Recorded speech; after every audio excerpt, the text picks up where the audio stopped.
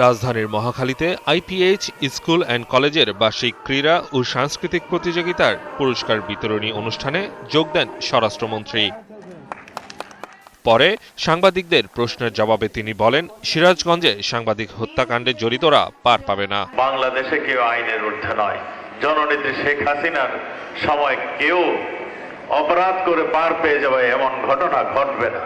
আপনারা নিশ্চিন্ত থাকেন, যারা এই ঘটনা ঘটাচ্ছে তারা অবশ্যই ধরা পড়বে। এদিকে জাতীয় জাদুঘরে চিটাগাং শর্ট ফিল্ম ফেস্টিভ্যাল উদ্বোধন করেন তথ্যমন্ত্রী। এ সময় তিনি বলেন, সাংবাদিক হত্যায় জড়িতদের বিচারের আওতায় আনা সরকারের দায়িত্ব। সাংবাদিকের হত্যার সঙ্গে যারা জড়িত, তিনি মেয়র হন, নেতা হন, নেত্রী হন, তাকে আইনানুগ ব্যবস্থার সম্মুখীন করা রাষ্ট্রের কর্তব্য।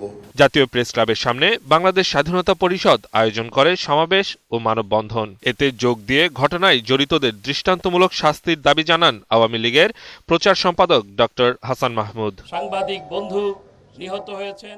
মাহমুদ হাসান, 21 টেলিভিশন, ঢাকা। ঘটনার তীব্র